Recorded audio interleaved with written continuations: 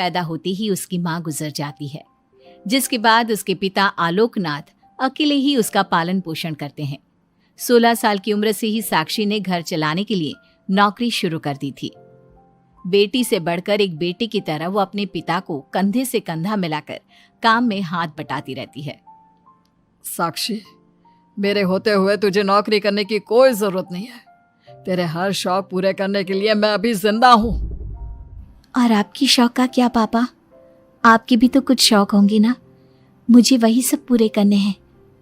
मेरे शौक का क्या बेटा, मैं तो बूढ़ा हो चुका हूँ। मेरे शौक तो तेरी माँ के साथ ही कब के मर चुके हैं। अब तो सिर्फ एक ही सपना है मेरा कि जल्दी से किसी अच्छे लड़के को देखकर तेरी शादी करा दूं।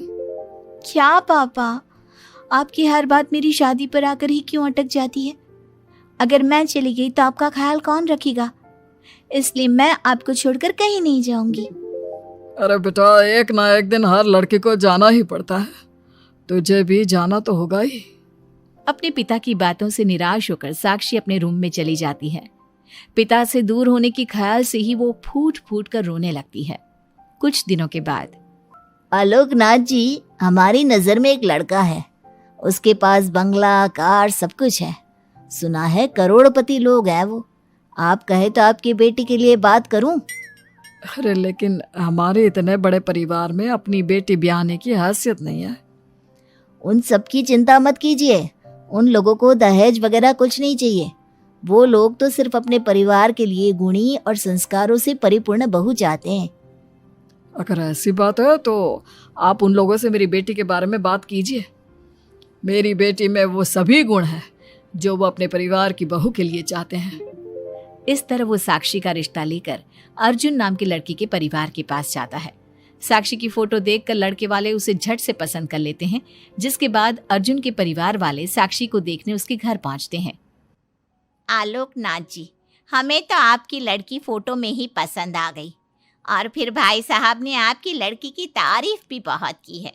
अब तो बस आप हमें उससे मिलवा ही दीजिए। साक्षी बिटिया, बाहर आना तो। साक्षी।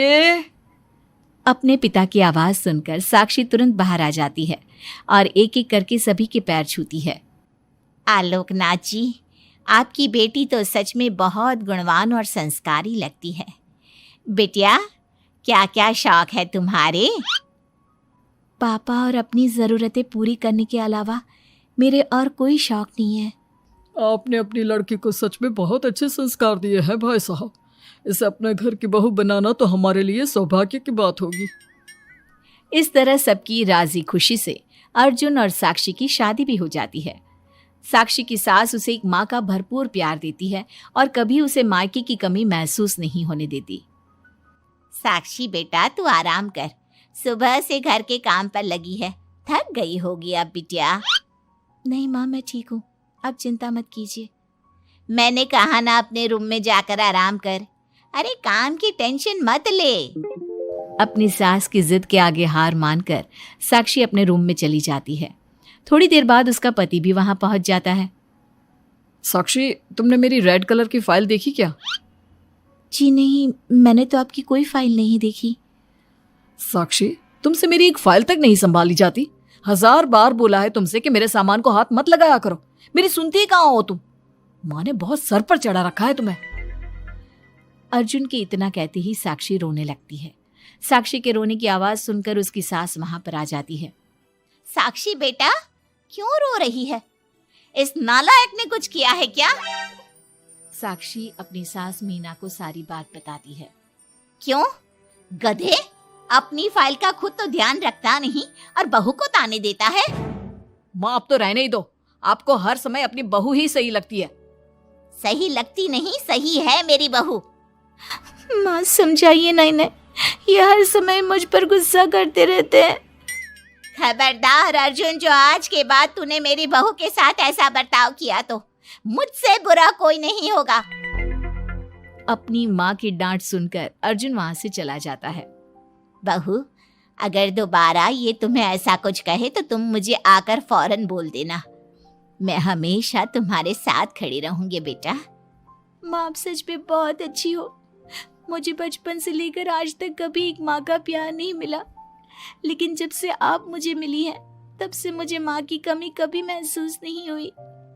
अरे पगली, मैं भी तो तेरी माँ ही हूँ, और मेरे होते हुए अब तुझे कभी अपनी माँ की कमी महसूस नहीं होगी। एक दिन, साक्षी अब मैं तंग आ चुका हूँ तुमसे। भगवान के लिए मुझसे दूर रहा करो। अब मुझे ना चिढ़ होने लगी है तुमसे। अर्जुन, ये क्या तरीका है अपनी पत्नी से बात करने का?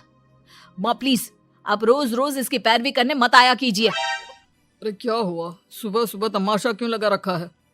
पापा आपको पता है, इस साक्षी की वजह से मेरा लैपटॉप खराब हो गया है। ऑफिस का पूरा डाटा इसी में था, और देखिए ना, इसने उसमें चाय गिरा दी। अब मैं अपने बॉस को क्या जवाब दूंगा? माँ मेरा यकीन कीजिए, मैंने जानबूझकर चाय नहीं गिराई। मैं तो इन्हें दे रही थी चाय, लेकिन इन्होंने ही ठीक से नहीं पकड़ी। अच्छा, तब इसमें भी मेरी ही गलती है। वाह साक्षी वाह।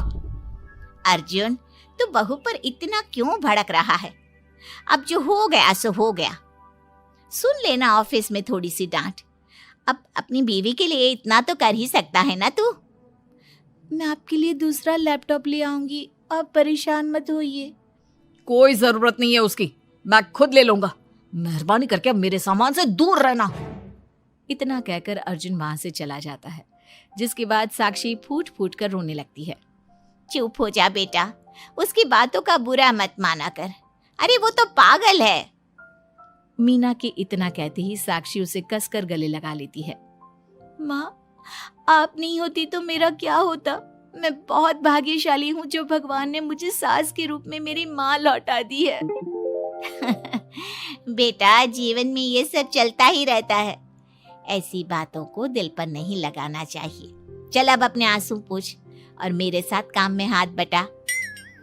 इतना बोलते ही मीना रसोई की तरफ चल देती है। साक्षी भी अपनी सास के पीछे चल देती है और सभी बातों को भूलते हुए खुशी खुशी काम पर लग जाती है। मन ही मन साक्षी अपनी सास को हर जन्म में अपनी माँ के रूप में मांगने के लिए भगवान से प्रार्थना करती रहती है। ऐसे ही दिन बीतते रहते हैं। मीना हर समय ढाल बनकर अपनी बहू के लिए खड़ी रहती। तभी एक दिन पड़ोसी, मीना, तूने अपने बेटे के लिए यह कैसी बहू चुनी है, जिसकी माँ उसके पैदा होते ही गुजर गई? अरे ये तो कुलक्षणी है। ऐसों के घर का तो पानी भी नहीं पीना चाहिए, और तूने उस घर से लड़की चुन ली। ये सब फालतू बातें हैं, ऐसा कुछ नहीं होता। मीना, तूने उस बिन माँ की बहू को बहुत सर पर चढ़ा कर रखा है। अभी भी वक्त है, संभाल ले उसे। कहीं ऐसा ना हो कि तेरे हाथों से फिसल जाए तेरी बहू। ये तुम लोग क्या बोल रही हो? मेरी बहू बाकी बहू जैसी नहीं है, वो तो कोहिनूर से भी कीमती है मेरे लिए। हमारा काम था तुझे समझाना। बहू को कभी भी बेटे से बढ़कर प्यार नहीं देना चाहिए, वरना उन्हें बिगड़ते देर नहीं लगती। और यहाँ तो तेरी बहू बिन माँ के पली बड़ी है। न जाने उसके बाप ने कैसे संस्कार दिए होंगे उसे। चुप करो तुम लोग, मैं अच्छे से समझती हूँ तुम लोग मुझे मेरी बहू के खिलाफ भड़काना चाहते हो। देख मीना, हम तेरी सहेलियां हैं, तुझे भड़काकर हमें कुछ नहीं मिलने वाला, लेकिन बहू को इतना सर पर चढ़ाना ठीक नहीं। हमारा काम तो सिर्फ तुझे आगाह करने का था, बाकी मानना न मानना तेरी मर्जी। चल मीना, अब हम लोग चलते हैं, तू अपना ध्यान रखियो। इतना बोलकर सभी लोग वहां से चले जाते हैं, जिसके बाद मीना घंटों तक सोच में डूब जाती है और अपने बहू के प्रति इतनी सारी बातें सुनकर कहीं ना कहीं उसके मन में भी साक्षी के लिए हीन भावना जन्म लेती है। तभी वहां पर साक्षी भी आ जाती है। माँ जी, ये लीजिए चाय। रख दे और जा। क्या हुआ माँ जी, आप कुछ उखड़ी उखड़ी सी लग रही हैं। कहाँ ना जाए यहाँ से, एक बार में तुझे सुनाई नहीं देता क्या? अपनी सास का बदला सा व्यवहार देख साक्षी तुरंत वहां से चली जाती है।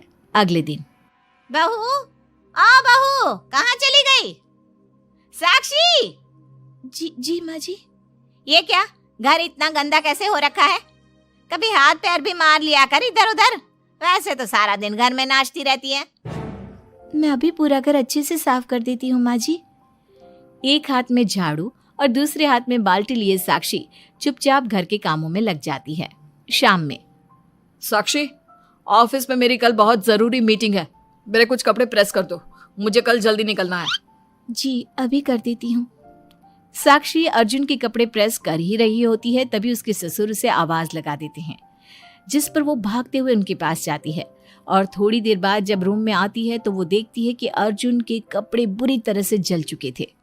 मैंने कहा था ना तुमसे कि कल ऑफिस के मीटिंग में मुझे यही कपड़े पहनने हैं, उसके बाद भी तुमने मेरे कपड़े जला दिए। मुझे माफ कर दीजिए, मुझसे गलती हो गई। ये कोई छोटी मोटी गलती नहीं है, समझ में आ रहा है तुम्हें? शोर की आवाज सुनकर अभय और मीना भी वहां पहुंच जाते हैं। क्या हुआ, तुम दोनों लड़ क्यों रहे हो? पापा देखिए ना, इसने मेरी नई शर्ट जला दी जो मैं कल मीटिंग में पहनने वाला था। बेटा उसे मैंने ही आवाज दी थी, इसलिए वो शायद जल्दबाजी में प्रेस का बटन बंद करना भूल गई होगी। पापा अब आप भी माँ की तरह इसका साथ दे रहे हैं। अर्जुन, इस बार तू सही है और बहू गलत। आखिर वो इतनी लापरवाह हो कैसे सकती है? माँ जी प्लीज मुझे माफ कर दीजिए। अब तुम्हारी सजा ये है कि अभी और इसी वक्त तुम मेरे बेटे के लिए हूबहू ऐसी ही शर्ट ढूंढ कर ले आओ। जाओ। तुम्हारा दिमाग खराब हो गया है क्या? इस समय कहाँ जाएगी हमारी बहू? और अब तो सारी दुकानें भी बंद होने वाली होंगी। अगर दुकानें बंद हो भी गई होंगी तो उसे खुलवाकर मेरे बेटे के लिए शर्ट लेकर आओ। माँ रहने दीजिए, इन सब की कोई जरूरत नहीं है। पापा ठीक कह रहे हैं, इस समय कहाँ जाएगी ये? मैं कोई दूसरा शर्ट पहन लेता हूँ। मैंने जो कह दिया सो कह दिया। अब गलती इसने की है तो सुधारना भी इसे ही पड़ेगा। जाकर शर्ट लेकर आओ। मीना की बातें सुनकर साक्षी रोते हुए वहां से चली जाती है और रात के 10 बजे तक पति के लिए दुकानों पर जाकर कपड़े ढूंढती रहती है। थक हार कर करीब 12 बजे साक्षी कपड़े लेकर घर पहुंचती है। अर्जुन की ऑफिस के मीटिंग के लिए तुम्हें हूबहू वैसे ही कपड़े मिले या नहीं? ये रहे कपड़े मम्मी जी। साक्षी अपनी सास को कपड़े देकर जा ही रही थी कि मीना उसके हाथ में चोट देखती है। ये चोट कैसे लगी तुझे? पता नहीं, जल्दबाजी में शायद किसी चीज से लग गई होगी। इतनी बड़ी हो गई हो, अब अपना ध्यान रखना कब सीखोगी? आप तो जानती ही हैं माँ, मैं बिन माँ की पली बड़ी हूँ। माँ के ना होने के कारण मेरे सर पर इतनी जिम्मेदारियां थी जिन्हें निभाते निभाते मैं खुद का ख्याल रखना ही भूल गई। लेकिन आप जानती हैं माँ, मुझे अब भगवान से कोई गिले शिकवे नहीं है, क्योंकि भले ही उन्होंने मुझसे एक माँ छीनी है, लेकिन उन्होंने आपको मुझे दिया है और अब आप ही मेरी माँ हैं। इतना कहकर साक्षी माँ से चली जाती है। साक्षी की बातों को सुनकर मीना को भी अपने कहे और अपनी गलतियों पर पछतावा होने लगता है, इसलिए वो बिना खाए पिए ही सो जाती है। अगले दिन, माँ जी कल का सारा खाना तो ऐसे ही पड़ा है, आपने अच्छे से खाना नहीं खाया था क्या? मुझे भूख नहीं थी कल। साक्षी अपनी सास के दर्द को समझ जाती है और उसका हाथ पकड़ते हुए कहती है, चलिए माँ जी, मैंने आपके लिए आपकी फेवरेट छोले भटूरे बनाए हैं। आपने कल रात से कुछ नहीं खाया था ना, इसलिए सुबह उठते ही मैंने पहले आपके लिए खाना बनाया है। खाना तो तूने भी नहीं खाया होगा ना, चल जाकर पहले तू खा ले। माँ जी क्या हम साथ बैठकर खाना नहीं खा सकते प्लीज? बहुत दिन हो गए हैं। साक्षी के इस तरह बोलने से मीना का दिल पिघल जाता है और वो मान जाती है। साक्षी मीना के लिए खाना लगाती है, जिसका पहला निवाला मीना अपनी बहू को खिलाती है। मुझे माफ कर दे बेटा, मैं जानती हूँ पिछले कुछ दिनों से मैंने तुझे बहुत चोट पहुँचाई है, हो सके तो मुझे माफ कर देना। नहीं नहीं माँ जी, आपका पूरा हक है मुझे डांटने का। मुझे आपकी किसी भी बात का कभी बुरा नहीं लगा।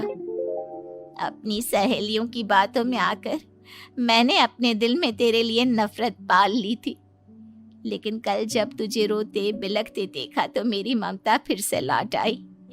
मुझे माफ कर दे बेटा, मैं एक अच्छी सास नहीं बन सकी। किसने कहा आपसे कि आप अच्छी सास नहीं हैं? आप तो वर्ल्ड की बेस्ट सास हो, और सच कहूं उससे भी बढ़कर बेस्ट बेस्ट बेस्ट बेस्ट मेरी माँ हो आप। इतना कहकर साक्षी अपनी सास को गले लगा लेती है और उसके बाद दोनों पहले की ही तरह हंसी खुशी साथ रहने लगते हैं।